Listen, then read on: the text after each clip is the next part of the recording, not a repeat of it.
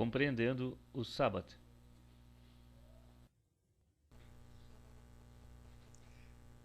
Começamos a entender isso observando Jesus e em como ele tratou o sábado. Como ele tratou o sábado, como Jesus tratou o sábado, eu já disse isso antes, da forma que ele desejava, absolutamente de qualquer maneira que ele desejasse. Ele é o mediador, como sabemos, de uma nova aliança, uma aliança melhor. É importante notar que, assim como ele eliminou o sistema sacrificial, ele eliminou o sistema do sábado. Agora, você pode recordar que nós já olhamos isso em detalhes em Marcos, mas vamos olhar para várias outras passagens e considerar isso, porque este é o coração da nossa mensagem para você hoje à noite. Olhe para Mateus 12. Verso 1. Naquele tempo passou Jesus pelas searas em um sábado, e os seus discípulos, tendo fome, começaram a colher espigas e a comer. A propósito, não havia realmente nenhuma lei no Antigo Testamento proibindo-os de fazer isso. Na verdade, isso era permitido, mas os judeus tinham adicionado restrições intermináveis ao Antigo Testamento. E os fariseus, vendo isso, disseram-lhe: Eis que os teus discípulos fazem o que não é lícito fazer num sábado. Ele, porém, lhes disse: Não tendes lido o que fez Davi quando teve fome, ele e os que com ele estavam, como entrou na casa de Deus e comeu os pães da proposição, que não lhe era lícito comer, nem aos que com ele estavam, mas só aos sacerdotes? Eu vou lhes mostrar algo pior. Davi e os seus homens comeram pão da proposição. Ou não tendes lido na lei que, aos sábados, os sacerdotes no templo violam um sábado e ficam sem culpa? Vocês todos fazem uma grande questão de não trabalhar no sábado. Adivinhem, enquanto vocês não estão trabalhando, todos os sacerdotes estão trabalhando, realizando todas as ofertas e todos os sacrifícios. E isso nos lembra que esta lei não é moral, é simbólica. Então Jesus, ao invés de concordar com eles a respeito da preocupação sobre uma violação do sábado, aponta para outras violações do sábado. No versículo 8, ele diz: Porque o Filho do Homem até do sábado é Senhor. Ele pode fazer o que quiser com o sábado. Ele pode instituí-lo. Ele pode estabelecer ordens para suas restrições. Ele pode exigir a morte por violação desse mandamento, como na lei mosaica, ou ele pode deixá-lo totalmente de lado. Ele pode revogá-lo, ele pode anulá-lo.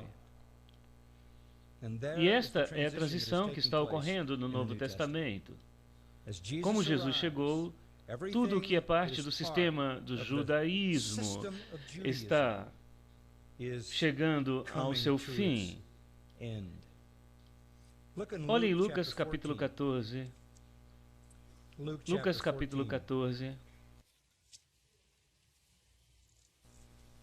Novamente o versículo 1. Aconteceu no sábado que, entrando ele em casa de um dos principais dos fariseus para comer pão, eles o estavam observando, e eis que estava ali diante dele um certo homem hidrópico. E Jesus, tomando a palavra, falou aos doutores da lei e aos fariseus, dizendo: É lícito curar no sábado? Eles, porém, calaram-se, e tomando-o, o curou e despediu. E disse-lhes: Qual será de vós o que, caindo-lhe no poço em dia de sábado, o jumento ou o boi, o não tire logo? E nada lhe podiam replicar sobre isto. Eles pensavam que curar alguém era uma violação do sábado. Jesus parece ter escolhido o dia de sábado para sua cura propositadamente, porque ele desfere um golpe definitivo nesse símbolo. Jesus está anunciando o fim do sábado. A propósito, com a cura não houve violação da lei do sábado. O Antigo Testamento não indica isso. Mas novamente a cura ocorreu. Em Marcos capítulo 2, vamos voltar a este capítulo, onde começamos a observar isto recentemente. Ele está passando por um campo de espigas em um sábado. Seus discípulos começam a fazer isso no caminho, a colher espigas. A mesma descrição é feita em Mateus. E os fariseus lhe disseram: Vês, por que fazem no sábado o que não é lícito? Então ele passa pela ilustração de Davi, etc. Vamos até o versículo 27. E disse-lhes: O sábado foi feito por causa do homem, não o homem por causa do sábado. Assim o Filho do Homem até do sábado, Senhor. Deus criou o sábado para ser uma bênção, para trazer descanso, para trazer um dia da semana em que você poderia agradecer a Deus pela glória de sua criação e também estar ciente de que o paraíso tinha sido perdido. Era um dia para mostrar gratidão pela criação e um dia para se arrepender, buscar perdão. Estava bem no meio da lei porque eles viviam violando essa lei que não estava ativa em seus corações. Como Jesus disse no Sermão da Montanha, se você fizer essas coisas em seu coração, é como se você cometesse estes pecados. Assim, nosso Senhor deu o sábado para ser uma bênção para o homem, para dar-lhe descanso de seu trabalho, um sabor do Éden, onde tudo era descanso antes da queda, e para dar-lhe uma oportunidade para agradecer a Deus pela criação e depois examinar sua vida de acordo com a lei. E vendo o pecado ali, buscar o perdão, a misericórdia, e o resultado seria alegria, paz e salvação. Mais uma vez, Ele é o Senhor do sábado. Ele é maior do que o sábado. O sábado será o que Ele deseja que Ele seja, tudo o que Ele projeta que seja, nada mais, nada menos. Não é moral. Não foi concedido até o tempo de Moisés e foi revogado no tempo de Cristo. Vá para João 5. A oposição a Jesus está ardendo sobre a superfície nesse momento, mas essa cura especial trouxe-a para o campo aberto. Há uma festa dos judeus, não temos certeza exatamente qual, mas poderíamos chamá-la de um festival ou uma festa de sábado. Ora, em Jerusalém, à próxima porta das ovelhas, um tanque chamado em hebreu Betesda, o qual tem 5 alpendres. Neste jazia grande multidão de enfermos, cegos, mancos e ressecados, esperando o movimento da água, porquanto um anjo descia em certo tempo ao tanque e agitava a água, e o primeiro que ali descia, depois do movimento da água, sarava de qualquer enfermidade que tivesse. E estava ali um homem que havia 38 anos e se achava enfermo. E Jesus, vendo este deitado, e sabendo que estava necessitado havia muito tempo, disse-lhe: Queres ficar são? O enfermo respondeu-lhe: Senhor, não tenho homem algum que, quando a água é agitada, me ponha no tanque, mas enquanto eu vou, desce outro antes de mim. E Jesus disse-lhe: Levanta-te, tome o teu leito e anda. Uma esteira de palha era muito leve e poderia ser enrolada sobre o seu ombro. Logo aquele homem ficou são e tomou o seu leito e andava. Aqui está a questão: e aquele era um dia de sábado. A lei do Antigo Testamento não proibia ninguém andar a pé, não proibia o transporte de uma esteira de um lugar para o outro, mas a tradição rabínica tinha formulado, eu não sei, alguns dizem que cerca de 40 diferentes atividades proibidas. Você os vê no Mishnah, uma das quais era carregar sua esteira. Então Jesus tinha violado o sábado. Ele não tinha que curar o homem no sábado. Ele não tinha que ordenar o homem fazer algo que violasse suas sensibilidades sabáticas, mas ele fez isso, e ele o fez de propósito. O versículo 15 diz: E aquele homem foi e anunciou aos judeus que Jesus era o que o curara. E por esta causa os judeus perseguiram a Jesus e procuravam matá-lo, porque fazia estas coisas no sábado. Jesus nunca violaria os 10 mandamentos. Jesus nunca iria violar a lei de Deus. Ele é santo, inocente, imaculado, separado dos pecadores. Mas Jesus fez tudo o que desejou no sábado. E bem à vista dos líderes em sua obra, porque era parte de derrubar todo esse sistema. No versículo 17, ele vai ainda mais além e defende o que ele fez por dizer assim. E Jesus lhe respondeu: Meu pai trabalha até agora e eu trabalho também. Uau! Esta é uma reivindicação de sua divindade.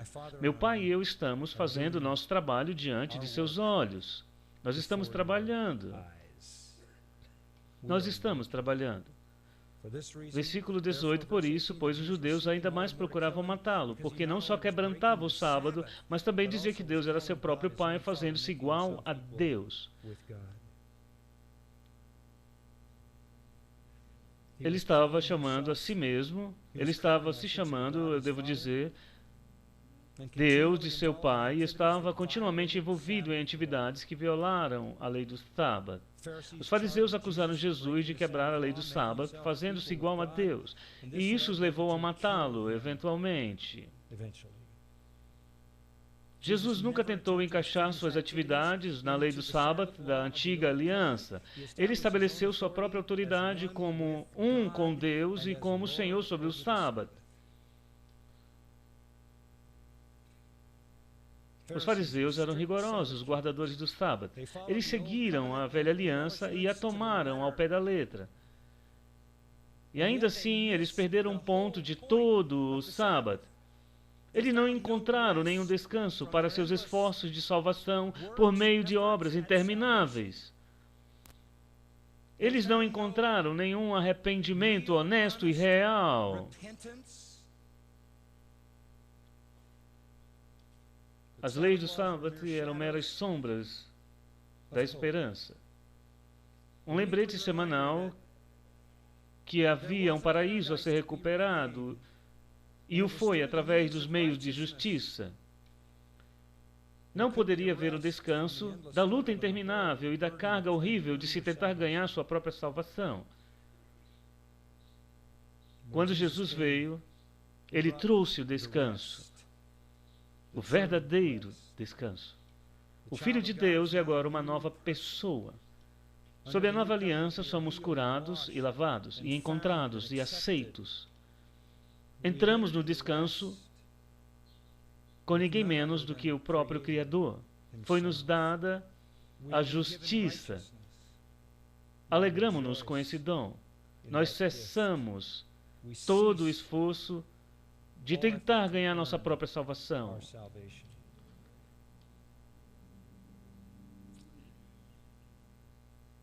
Jesus literalmente acabou com o sábado. E quanto ao descanso do Novo Testamento, o que o Novo Testamento diz à igreja em relação ao sábado? Vejamos Hebreus 3. Há muito mais a ser dito sobre isso, e eu só estou tentando dar-lhe alguns destaques, e no próximo domingo à noite vamos olhar para o dia do Senhor, o domingo, e veremos como isso se encaixa no propósito de Deus. Mas existem algumas passagens definitivas. Hebreus 3, versículo 7. Provavelmente um bom lugar para se começar. Portanto, como diz o Espírito Santo, se ouvirdes hoje sua voz, não endureçais os vossos corações como na provocação no dia da tentação no deserto, onde vossos pais me tentaram, me provaram e viram por 40 anos as minhas obras. Por isso me indignei contra essa geração e disse, estes sempre erram em seu coração e não conheceram os meus caminhos, assim jurei na minha ira, que não entrarão no meu repouso. Verdadeiro descanso de Deus não veio por intermédio de Josué, verdadeiro descanso de Deus não veio através de Moisés, verdadeiro descanso de Deus vem somente através de Jesus Cristo. Josué conduziu a nação de Israel para a terra de seu repouso prometido, e que não era nada mais do que um descanso terreno temporário, apenas uma sombra do descanso celestial final. Meu descanso.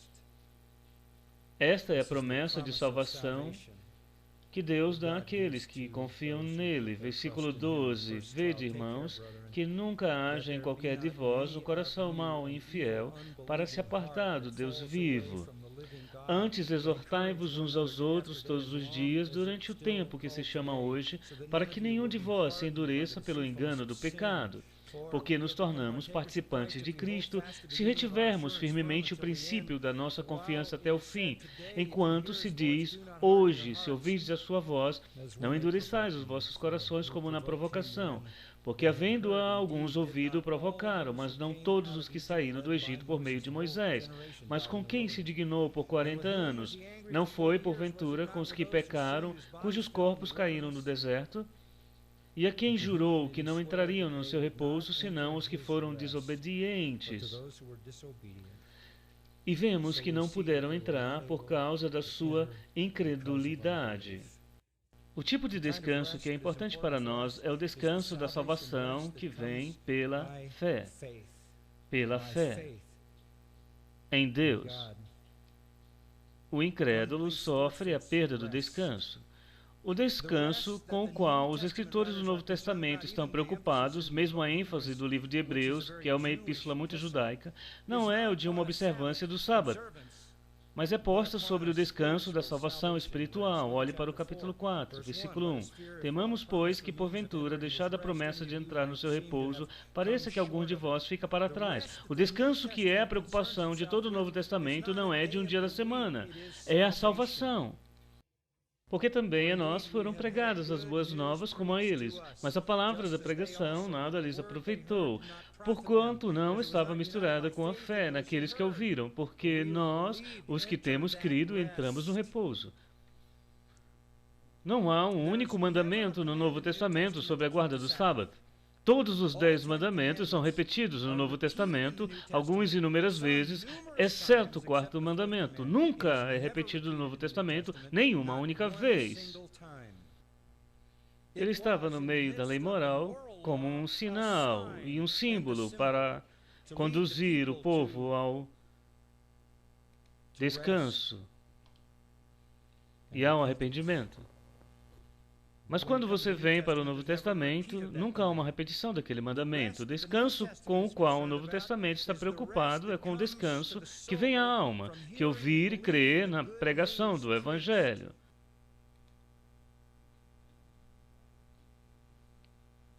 Este é o descanso que o Novo Testamento oferece. O versículo 9 diz, portanto, resta ainda um repouso para o povo de Deus. Porque aquele que entrou no seu repouso, ele próprio repousou de suas obras como Deus das suas. Isso é tão notável. O que isso significa? Há apenas 2 possíveis conceitos sobre como chegar ao céu. Ou você trabalha em seu caminho para entrar, ou é um presente, certo? Para os judeus, eles estavam trabalhando. Mas quando você entra no descanso da graça e no descanso da fé, as obras cessam. O dia em que você veio a Jesus Cristo, você deixou de tentar ganhar sua salvação, certo? Você entrou no descanso permanente. Esta é apenas uma ênfase magnífica do Novo Testamento. O sábado mosaico, o símbolo, o sinal, foi um pálido reflexo do verdadeiro descanso. Olhe para Romanos por um momento, capítulo 14. Uma vez que isso é verdade, que o descanso para o qual o Novo Testamento chama é um descanso espiritual, ao descansar na salvação, da busca de obras para a justiça, você não tem mais absolutamente nada a fazer com o sábado. Ouça Romanos 14:5. Um faz diferença entre dia e dia, mas outro julga iguais todos os dias. Cada um esteja inteiramente seguro em sua própria mente. Aquele que faz caso do dia, para o Senhor o faz. Havia judeus que vieram à fé em Cristo e tiveram um tempo difícil ao terem de deixar de lidar com o sábado. O sábado estava muito bem enraizado neles e eles pensavam que eles ainda estavam obedecendo ao Senhor por manterem a antiga aliança da lei do sábado. Eles o observavam para o Senhor. O que não faz caso do dia, para o Senhor o não faz. O que come ou segue as leis dietéticas, para o Senhor come, porque dá graças a Deus, e o que não come, para o Senhor não come, e dá graças a Deus. Em outras palavras, como o versículo 5 diz, cada pessoa esteja inteiramente convicta em sua própria mente, fazendo o que acha que é certo. Realmente não importa. O verso 8 diz, porque se vivemos para o Senhor, vivemos, se morremos para o Senhor, morremos, de sorte que ou vivamos ou morramos, somos do Senhor. Não faça a guarda do sábado uma questão. Como ele diz lá atrás no verso 2, algumas pessoas estão preocupadas com leis dietéticas, algumas pessoas estão preocupadas com a observância do sábado.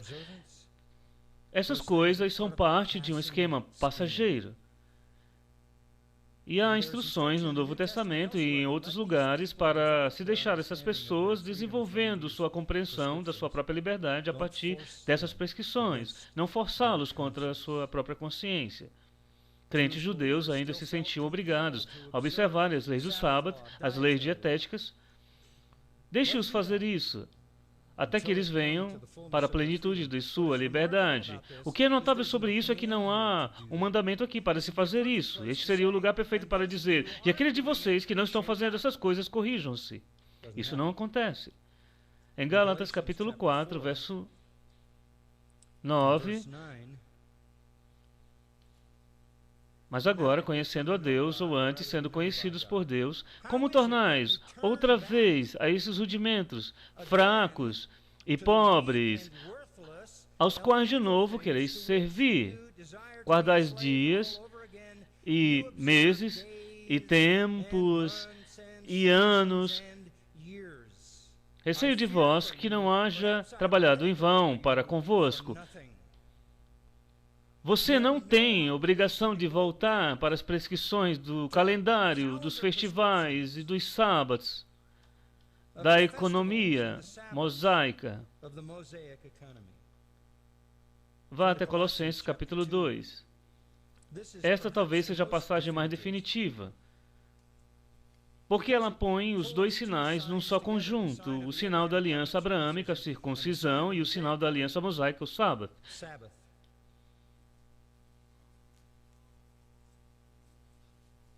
E em Colossenses, capítulo 2, é claro que sabemos que a circuncisão foi completamente abolida na nova aliança, totalmente abolida. Gálatas 5, 2 diz, eis que eu, Paulo, vos digo que se vos deixar de circuncidar, Cristo de nada vos aproveitará. Se você recebe a circuncisão, Cristo não é um benefício para você. Não importa, porque em Jesus Cristo nem a circuncisão, nem a incircuncisão tem valor algum, mas sim a fé que opera pelo amor. E assim, aqui em Colossenses 2:11, no qual também estáis circuncidados com a circuncisão não feita por mão, no despojo do corpo dos pecados da carne, a circuncisão de Cristo. Você passou por uma cirurgia muito mais dramática e ela foi interna. Sepultados com ele no batismo, nele também ressuscitastes pela fé no poder de Deus, que o ressuscitou dentre os mortos. E quando vocês estavam mortos nos pecados e na incircuncisão da vossa carne, vos vivificou juntamente com ele, perdoando-vos todas as ofensas. Separe-se da circuncisão. Se você se submeter à circuncisão, irá tornar a Cristo de nenhum efeito. O sinal da aliança abraâmica se foi. Esse pacto passa ao longe, porque esse pacto não pode salvar. E em seguida, no versículo 16, portanto, ninguém vos julgue pelo comer, ou pelo beber, ou por causa dos dias de festa, ou da lua nova, ou dos sábados, que são sombras das coisas futuras, mas o corpo é de Cristo. Não deixe ninguém te prender ao sábado. E isto está se referindo ao descanso semanal, porque os outros festivais sabáticos estão cobertos sobre o termo festas e luas novas. Não deixe ninguém te aprisionar ao sábado. Ele era parte do sistema que incluía o templo, o sacerdócio e os sacrifícios.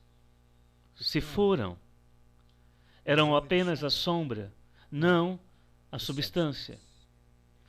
Essas coisas só apontavam para o fato de que Deus era o Criador, que o paraíso tinha sido perdido, que havia estado sob o julgamento terrível da lei e precisavam arrepender-se e vir a Deus e buscar a justiça e misericórdia e graça à sua mão. Mas essas coisas não proporcionavam isso, que é fornecido apenas em Jesus Cristo. Paulo está dizendo que você não precisa mais da sombra, você tem a substância, você tem o descanso, o verdadeiro descanso. Mas o que pode ser dito sobre isso? Apenas alguns pensamentos finais e vamos deixá-lo ir. Não há um único mandamento no Novo Testamento para guardarmos os sábados. Todos os 10 mandamentos são repetidos no Novo Testamento, exceto aqueles sobre o sábado. Isso nunca é citado no Novo Testamento, não há prescrições ou regras sabáticas ou qualquer parte da Nova Aliança. Não há instruções sobre o comportamento no sábado em qualquer lugar do Novo Testamento.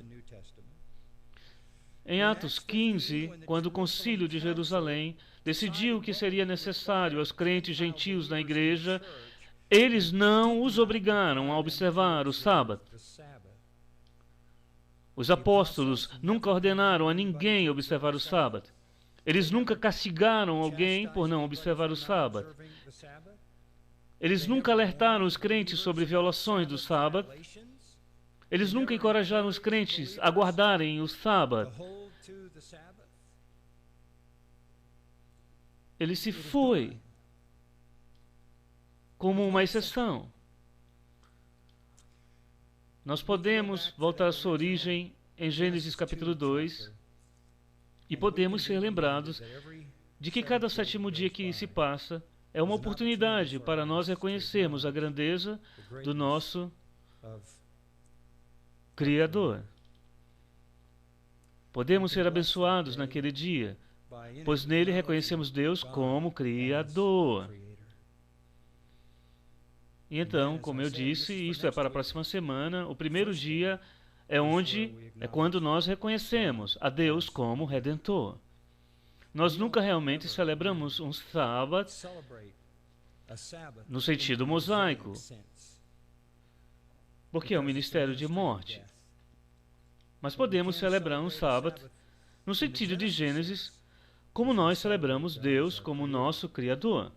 E em seguida, no primeiro dia da semana, nós o celebramos como nosso Redentor. Agora, no próximo domingo à noite, com apenas essa visão geral, eu quero fazer a transição para o modo como vemos o domingo. Existe algo importante sobre ele? Existe algo único sobre ele, especial sobre ele? E o que dizem as Escrituras? E eu acho que você vai desfrutar ao saber o que o Senhor quer que saibamos e como responder a isso, como nós consideraremos na próxima semana. Pai, nós te agradecemos por um dia maravilhoso, nós te agradecemos pela consistência da sua verdade, nós te agradecemos, pois a palavra abre o nosso entendimento para todas as coisas. Estamos tão infinitamente empolgados com a gloriosa verdade da Escritura que nos vem de forma clara e inequívoca. Agradecemos-te, pois estamos além das sombras e dos sinais e dos símbolos. Nós vivemos uma realidade, na realidade do descanso. Temos repousado para sempre das obras da justiça, dos esforços de autossalvação. Estamos firmados no descanso do Evangelho. Nós tivemos uma mostra do paraíso até agora neste descanso, e um dia vamos entrar nessa glória do paraíso celestial. Mas o Senhor nos deu o sabor dele agora. Cada dia para nós é o sábado, porque a cada dia nós descansamos na obra consumada de Jesus Cristo. Nós lhe damos todo o louvor. Amém.